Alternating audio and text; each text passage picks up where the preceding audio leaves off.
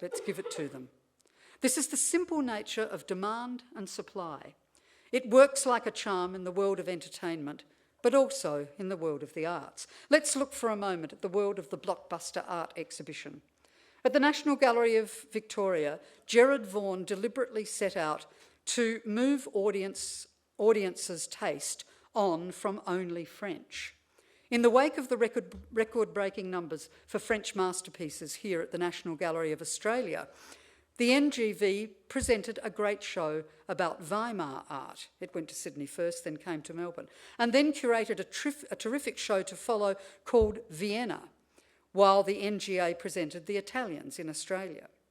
None of these could compare with the attendances for French masterpieces. And while Napoleon, also at the NGV, was a great show and worked very well, it yielded nothing like the same cues now being seen again at the NGV for Monet's Garden. Interestingly, the current attendance record at the Tasmanian Museum and Art Gallery is held by one Patricia Piccinini, creator of the now globally famous Sky Whale. Say no more.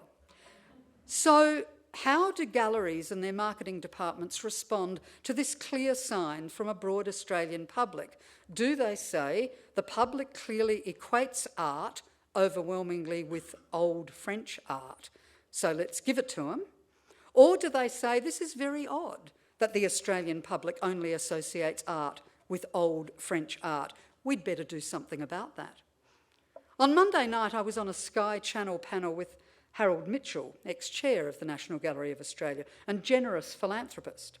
Harold is effusive about the way Australians love their art and is very much in favour of giving the public what it likes.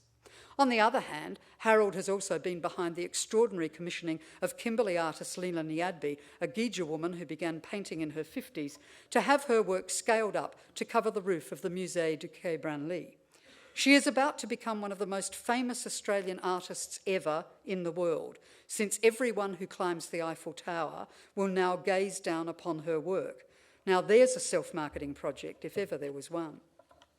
And the transactions of demand and supply are as healthy in opera, theatre, ballet and music as they are in old French art. It's not too difficult to market something which is old, the art form of which has been around for centuries, therefore wholly acceptable and accessible and understood, and the content of which has stood the popularity test of time. You have to be good at your job, a skilled professional, but providing you can get a decent budget, it's not wildly challenging.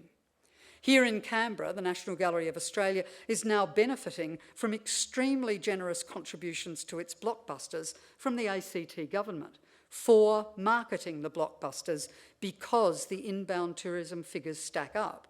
There's a return on the investment in terms of dollars spent in hotels and restaurants